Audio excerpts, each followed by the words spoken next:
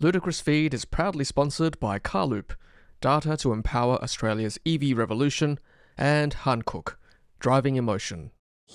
Hey everyone, it's Tom here from Ludicrous Feed. Thank you so much for joining us. Today is basically 1 year to the day since I took delivery of my 2023 BYD Seal Premium long-range 82 kilowatt-hour rear-wheel drive electric vehicle here in Sydney, Australia.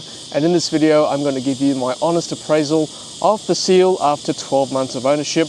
We're going to go through things like cost of ownership, build quality of the outside and inside, the accessories I've installed. We're going to do a battery check, including seeing if there's been any degradation in the battery, talking about my usage and the range, the efficiency of the car, the charging of the car, and then talk about the software updates and improvements as well over the last 12 months. We're going to talk about the infotainment screen and the UX itself, and then give you my thoughts on servicing an EV, and finally driving dynamics of the car, and then as a final wrap up, comparing it to the Tesla Model 3 rear-wheel drive, which was the other option at the time. All right, let's get straight into it. Okay, so here she is, my BYD Seal. I call her Flipper, and I tell you what, I'm a sucker for nice looking cars, and that's probably one of the reasons why I bought this car over its competitors. I'll talk about that, of course, later on in the video, but after 12 months, you can see it's still in very good shape. Very happy with it so far. The design is still really good. Still love seeing it every day. Whenever I walk past another Seal, I'm very happy. Look at the lights, they look lovely, don't they? Love the front of the car as well down here where the air intake is. And then we've got the wheels here on the side, still in the original Continentals. I've only done 6,000 kilometers on this car. I don't drive it very often because I do get a lot of press cars on loan doing the work I do. These are 19-inch wheels front and back. We've got the blue brake caliper covers there, which I love, to be honest with you. BYD design. Got 360 camera throughout the car. No Sentry mode, but there is a dash cam which I installed after market. Love the design down here as well. It's part of that Ocean series. Flush door handles. More Contis up the back. I love the way the back of the car looks as well. Great light signature. Great diffuser down the bottom. We'll check out the boot and the frunk in a second. There's the charge port. We'll talk about that as well later on. This way. Rubber plugs, unfortunately. That's one thing. And there's a glass roof as well. I've got the shades which came with the car too, given that it's pretty hot in summer in Sydney. And there is the BYD Seal. Quick walk around. And the build quality is fantastic. Looks pretty much as new today as it did 12 months ago when I took delivery. There's also an NFC card, or you can use your phone as a digital key as well, depending on which phone you have. And the Apple Watch works too. Okay, let's check out the doors. Check out the door noise. Just starting to creak a little bit. There's the armrest controls, all manual controls, which is good. Look at that design, lovely. Nice soft materials throughout, which I love, of course, as you know. Chrome finish. A little bit of piano black on the inside, I'll show you as we get in there. Done audio speakers, neither here nor there. Not terrible, but not the best I've heard. Scuff plate. Powered seats on this side, and the leather seats are still very good to this day. Nice sporty seats there, and center console there. A little bit of storage, I'll show you. There we go. Accessories I bought, third party. There's a grippy pad there for my keys. Drink holder, which you can push down, or you can bring up as well. Center gear stick, other buttons as well. Critical controls, start to top button, bit of a downside, but I guess less phantom drain with it off. Wireless charging, aftermarket pad, aftermarket storage bin down there, performance pedals which I've installed. There's a little drawer here, I guess traditionally for coins. I put my access cards in there sometimes for work and parking tickets too. Let's have a look at the front storage.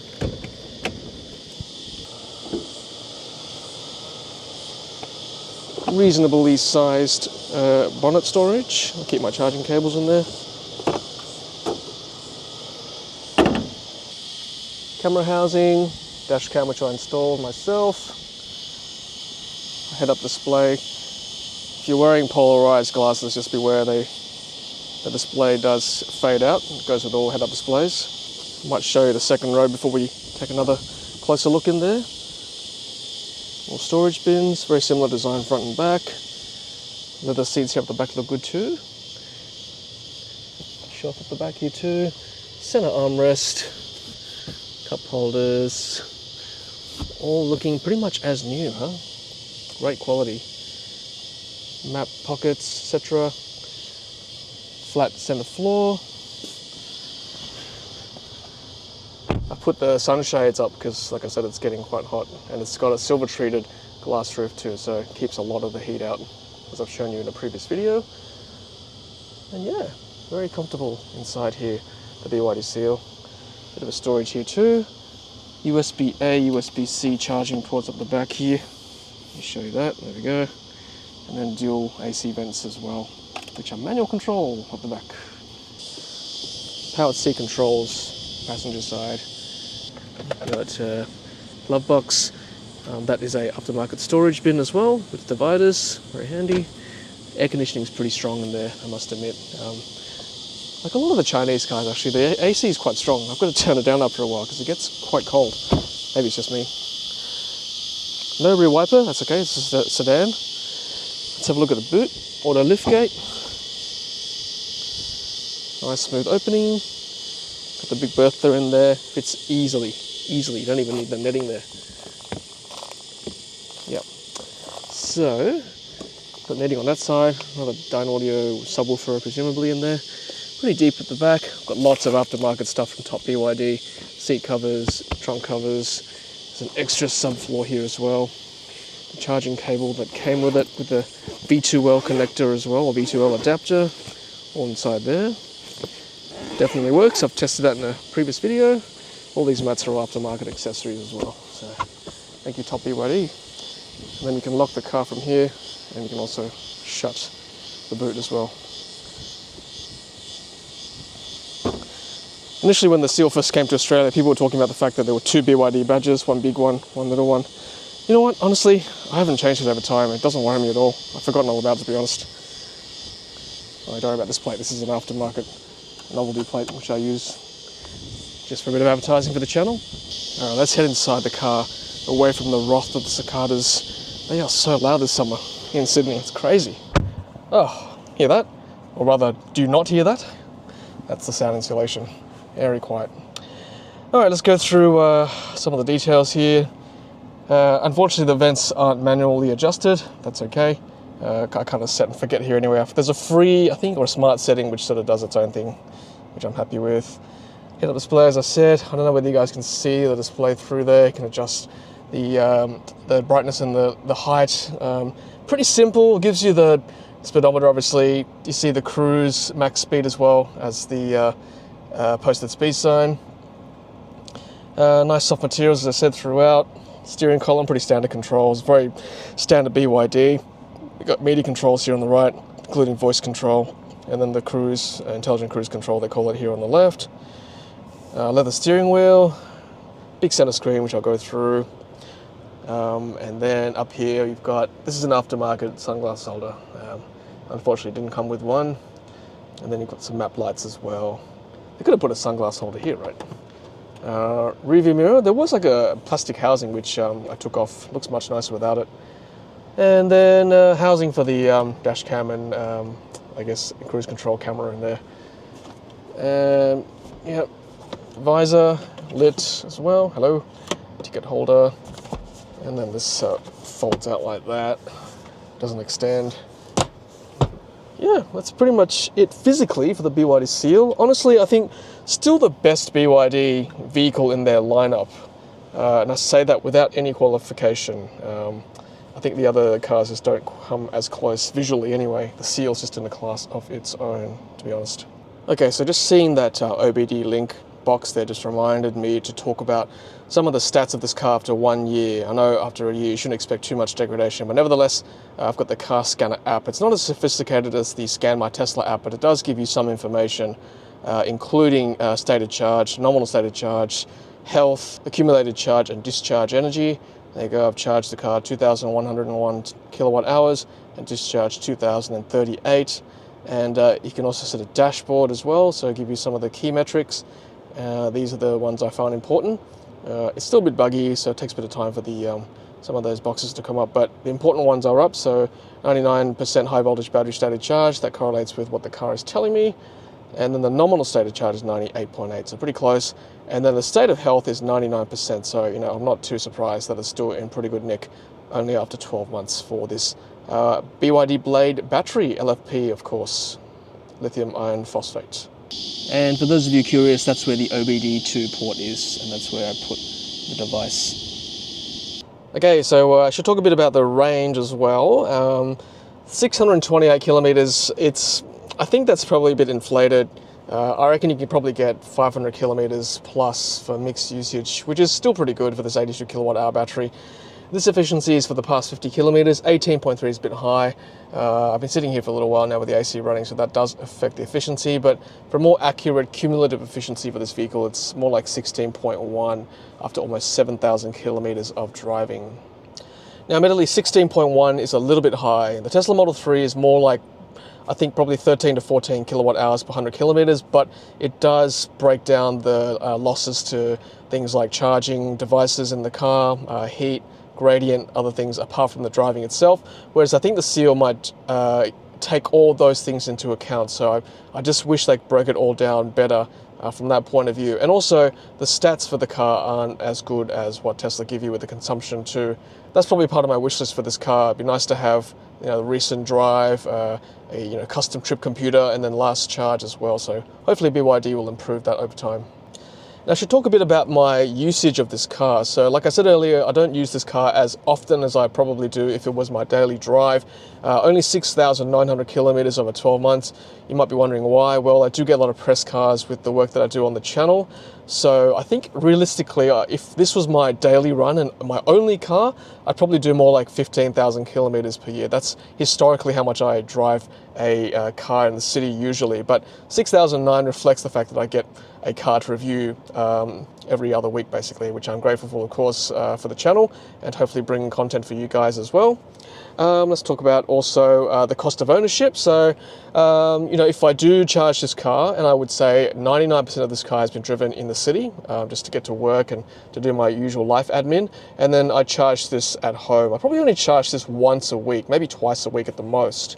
And I charge it at home, either from the sun with my Ocular IQ home charger or from off-peak charging. So between the two, we're looking at about 10 cents per kilowatt hour.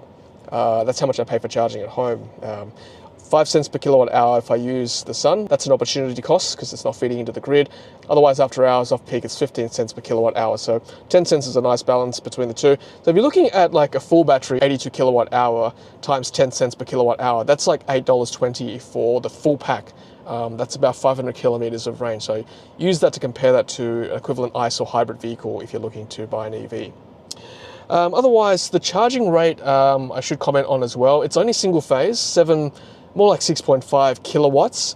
Admittedly, it is slow compared to some of the other EVs on the market, which can reach 11 kilowatts on average, three-phase. Some of the cars can even reach 22 kilowatts, like the smart cars and some of the BMWs as well. So does that concern me? Well, not particularly, because I usually charge, like I said, either by the sun or overnight, and my solar array isn't that big, so I don't even reach 7 kilowatts with my solar array. And at night time, I just leave it set and forget, wake up with usually a full charge. So again, if you can afford to charge like that, like I can, then it's not a big deal. Obviously, I'm aware that some people don't have that luxury. They may need to charge publicly at an AC charger where you need that quicker charge to get out of there quicker. DC charging, this tops out at 150 kilowatts. I haven't done too many road trips with this vehicle. I've done a few short drives and I've tested this at a DC charger.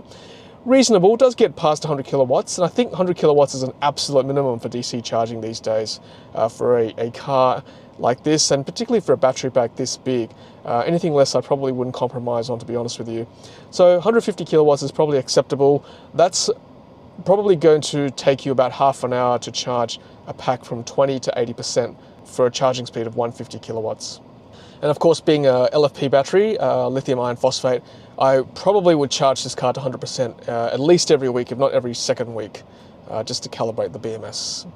Okay, so let's talk a little bit about the software. So it's got Apple CarPlay, which is probably one of the biggest benefits of this vehicle, and it's wireless as well now, thanks to a previous software update this year.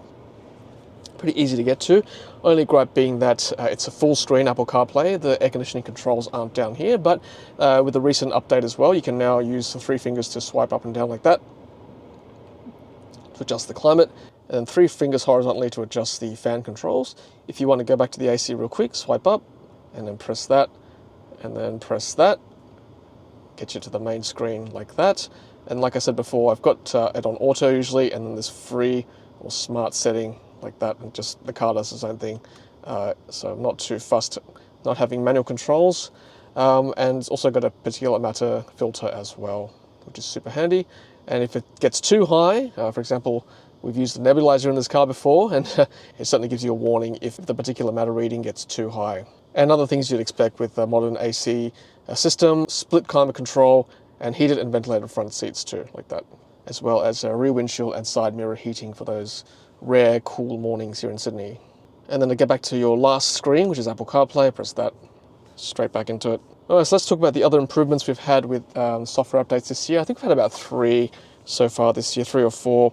ADAS improvements. You might have seen my original delivery video where the ADAS driver alerts were really driving me nuts. Now they're pretty much all cooled down. I don't need to swipe down anymore to turn them off with the shortcuts. Just drive and go these days, which is great. Wireless Apple CarPlay I talked about, and Android Auto as well. AC finger swipe. Tesla supercharger update, so I can now charge at a V3, V4 supercharger thanks to BYD retrofitting all the seals built before March 2024, which is good. My phone can now be used as a digital key, which is fantastic. I can now tap this NFC portion down here to start the car, and also the side of the car with the side mirror too, as you saw earlier. And then apparently the next software update to come is the native trip planning, which this car does not have, unfortunately. So I've had to use a workaround with the OBD2 dongle and a Better Route Planner app. So apart from Apple CarPlay, which is super handy, I have it on all the time, right? Even for radio and music, because radio I use TuneIn, which I'll just show you here. You can split screen like that too, by the way. But yeah, I use TuneIn for radio and Spotify for music. ABRP is there. You can use Google Maps, Plug Share, Waze. But the actual UX itself of the screen, I'll just go back to the, where is it here? So I just go back here to the native screen. Look, I'll be honest with you, like, everything you need is here, right? It's fine. Like, you know, just from an objective point of view, all the settings you pretty much ever want in this car are here. It just doesn't look as refined as I honestly would prefer it to be. Like, it's a very shallow, vain thing, arguably, and it's very subjective. But like, everything just looks a bit harsh and unrefined compared to other vehicles I've sat in. Like, you know, some might argue, who cares? So what, right? It all works. It does work. It's not a problem. It's just like BYD have not taken the initiative to improve the outlook of this vehicle, which to me, like, you know, you would think if you want the best out of your cars, you would try and improve the software UX and how it looks every single time you look at the car. But clearly BYD have other priorities on their mind, like PHEVs, for example. But yeah, look, the instrument cluster screen works fine. Head-up display is good. Everything you want is there. But it just doesn't look as good as I would like it to. I forgot to mention too, there's stalks too, right-sided stalks, which is super handy, as well as auto range sensing wipers. And then back to the center screen, again, you know, it's very Android-y looking. You know, all the icons are here. You can swipe left and right to get different things. It was looking quite promising when they released their BYD store, the App Store, but hasn't really improved beyond the 3 apps or 3 or 4 apps like the browser, the karaoke, which I've got the mic for, Amazon Music Prime, the browser. So from that point of view, they've kind of left it stale like that since that update with the App Store. You've got the dash cam now, no Sentry mode. You've got the 360 camera, which is quite handy. Get that up, there we go. That looks quite good. The image quality is really good. 3D camera as well. When you're parking, it's fantastic. Uses the ultrasonic sensors to help guide you too. And then that's the charging settings, scheduler. And then we come to the car settings. Again, everything is here. Like, I can't complain too much. Again, it's just the UX could probably be improved, as could some of the some of the descriptions and the words used as well. Again, it's just attention to detail.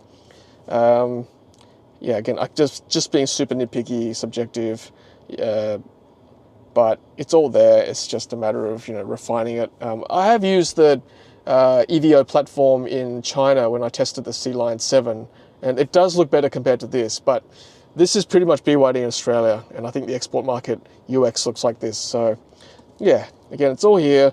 You can even look at consumption like that, consumption curve, charge settings too, scheduler goes to there too, and all the vehicle settings are here, and then service. Now, coming to service, let's talk about service.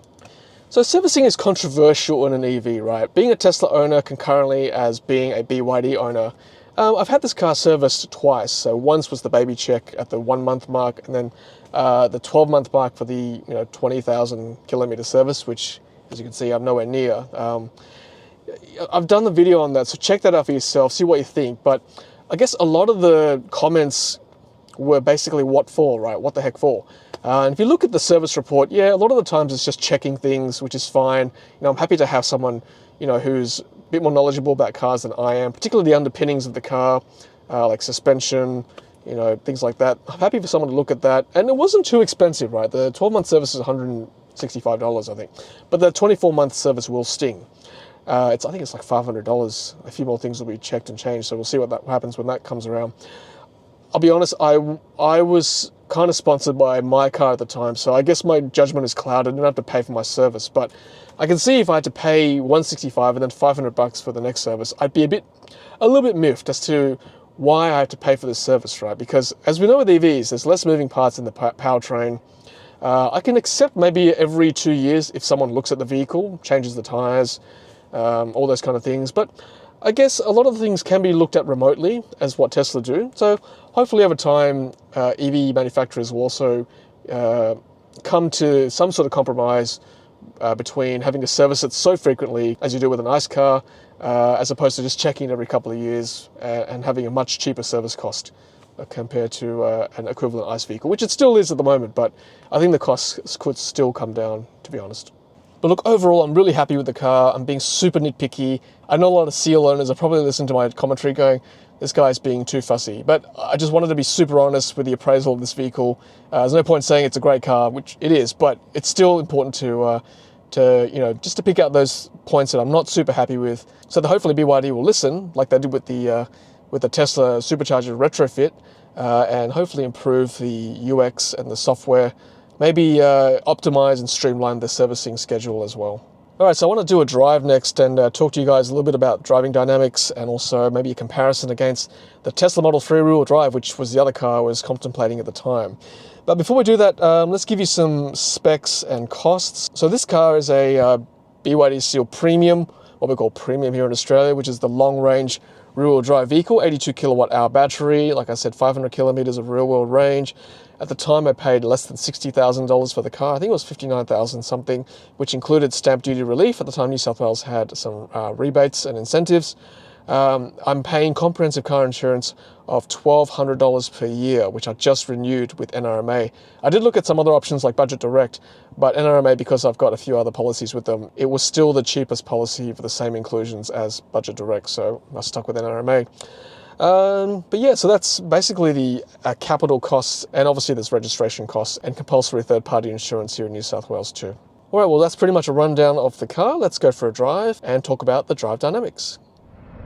All right, let's go for a drive. So let's put into reverse, get the parking cameras up.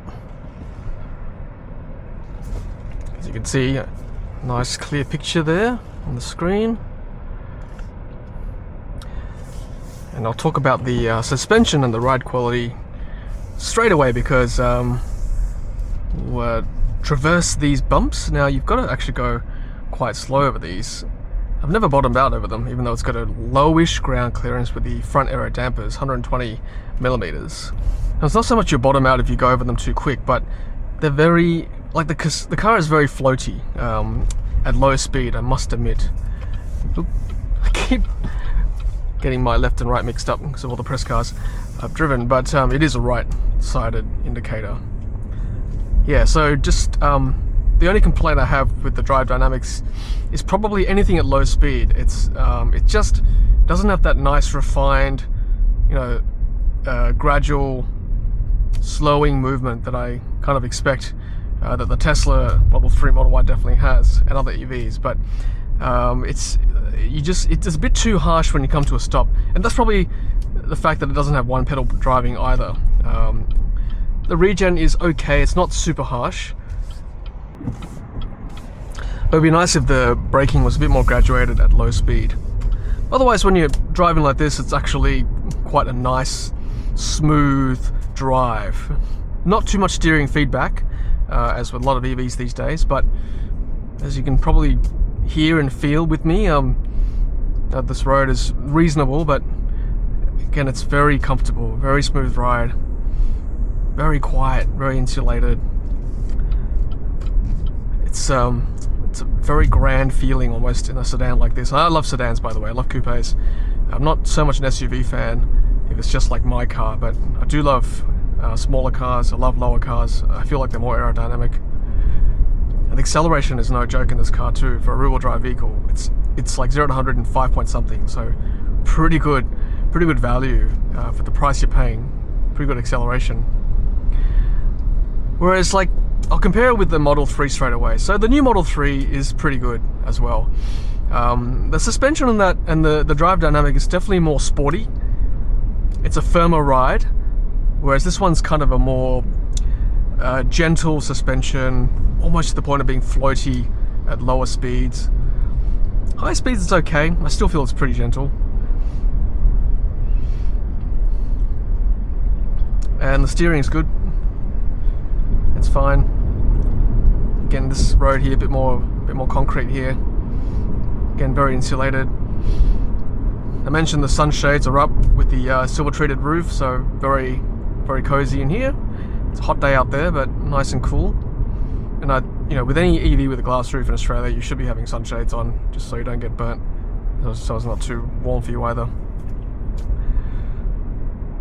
Yeah, so that's, again, the drive dynamics, that's the only complaint I have, is the low speed stuff, but otherwise not too much else to talk about because it's pretty good at normal speeds. Okay, so I guess now comes the question of regrets.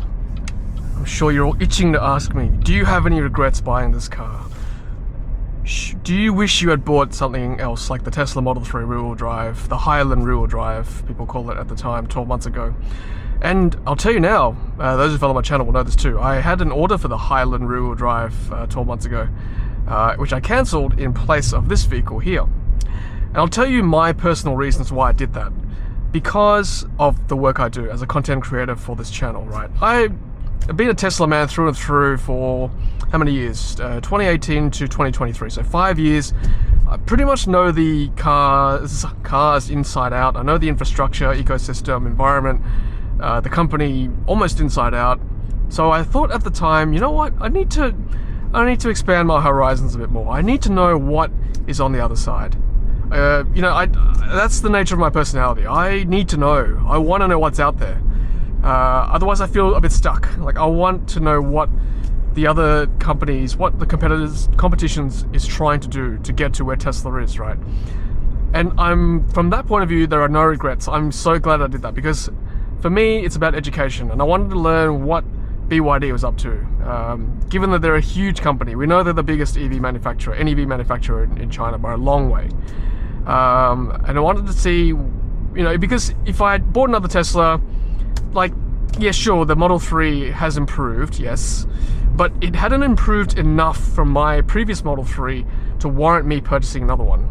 Red light, camera ahead. And we already have a Tesla Model Y. I've already got a Tesla Model S, so it's not like I don't have a Tesla. So I could still keep up to date with updates and so on, with their software updates and what they were doing. But I wanted to learn more about the BYD, and from an extension of that, other vehicles and other brands. And other brands saw that I was doing this, and hence the opportunities have arisen from that, being able to explore their cars, visit China with Zeekr, with BYD, and explore what is coming out of China as well, which I don't necessarily know whether I would have had that opportunity with me buying another Tesla. So just from my point of view, I'm very happy I bought this car. just from looking at that perspective. The differences I've told you about between BYD and Tesla, from that, from the fact that UX is different, the drive dynamics is different, that's all very subjective, right? Like, some people like one side of it, some people like the other side of it. That's fine, it's all subjective. Even the looks, obviously, is very subjective, the way the vehicle looks compared to the rear-wheel drive Model 3. That's all fine, but so it's very hard to tell you whether one is better than the other one. Like, even people who don't want to drive Tesla because of what the company or who the founder or the CEO or the chairman, whoever he is, Elon Musk represents, like, just that alone, people won't buy a Tesla, and I appreciate that as well. That's fine. So straight away, Tesla's off the books for those people. But you've got to look at the objective numbers. Why Tesla is still selling so many cars in this country. And I think it's down to the fact that it's easy to drive a Tesla. The same way I think it's easy to own an Apple iPhone. It's all in-house for them, right? The very beginning when you buy the vehicle, it's the process of ordering it online, going to their in-house showrooms, the servicing or the body shops are all in-house, the software in-house, the supercharger network is in-house, the app is fantastic. The power energy, the wall connector, they've all vertically integrated to make it in-house. So I think that aspect of Tesla ownership is why people will buy a Tesla many-fold over buying a BYD or another vehicle. Not to say that BYD and other companies are not catching up, but they certainly are. But I'm giving you reasons why people flock to Tesla still in 2024. Even though their sales may have dropped 20%, they were still the chart toppers in Australia in 2024 overall when it comes to EVs. And look, now that I've opened this can of worms, I'm sure there'll be comments all the way down the page about this, Tesla versus everyone else. But objectively speaking, if you don't really care that much about the specs, even if you do, like, okay, if you just want a car that gets you from A to B, it works well, the app is good, it's just very simple on the inside, very minimal, it's easy to order, the service is easy, the whole infotainment system is easy, the ecosystem's easy, then I think Tesla is probably still the way to go as your first EV. It's hard to go past it. But if for whatever reason you don't want a Tesla, like I've mentioned before, you just don't like the look of it, you don't like what the company stands for, if those things really bug you, then I think the BYD Seal particularly is a really good second option, really good alternative option, just from those many aspects I've talked about already in this video. And even if you've already owned a Tesla, you want to see what else is out there, then I think you'll be very happy owning a BYD Seal. But for me personally, like I said, I have no regrets. This is a fantastic car, and I think I will keep this a bit longer. Now that I've got access personally to a lot of vehicles that I can try out very often, I like having a BYD Seal in my garage to look at and as my base vehicle, and just to see what else BYD are doing as well, as Tesla's probably Tesla's biggest competitor at this stage in 2025 and beyond. So I hope that all makes sense. It's a bit of a ramble and a rant, but it does take a bit of explaining from my point of view. It is a complicated explanation, and hopefully you understood what I'm trying to say. And I try to keep it personal because it is a personal decision, whether you choose this car or something else. You got to find a car that suits you, not what the crowd is going for. So I hope that makes sense. I hope you really enjoyed this video, by the way. This is, like I said, the 12-month review of my personal BYD Seal Premium, which I paid for with my own money, which I've provided content for you as well over the last 12 months. So thanks again for watching. And if you've got any questions or comments, as always, please leave them below in the comment section. Otherwise, keep watching. We've got plenty more content coming in 2025 of the Seal and other vehicles as well in the EV world. I'm Tom from Ludicrous Feed. Thanks for watching. Until next time, it's happy charging. Oh, one more thing I forgot to talk about was the cruise control, which again is another gripe of mine. It's not the best in the industry at the moment, unfortunately. Oh, and also I'm not sure why my screen wasn't going in real time. I just had to press the recenter button, but now it's going. It's following where I'm driving. So I might as well finish up with this cruise control. Just push that once, and then you can zip up or down by 5 kilometers an hour. If you hang on to it, it'll zip down by 1. And it's got auto steer, yes, but again, I'm not very confident with it because it can tend to just switch off by itself without much warning, and it doesn't quite center as much as I would like, or in other EVs I've tested for sure. So I might use it on the highway, yes, but just for demonstration purposes, use it here once for you guys in the city. So it's already veering too much to the right. I've got to control it myself to get out of it. So yeah, that's the cruise control. So again, thanks for watching.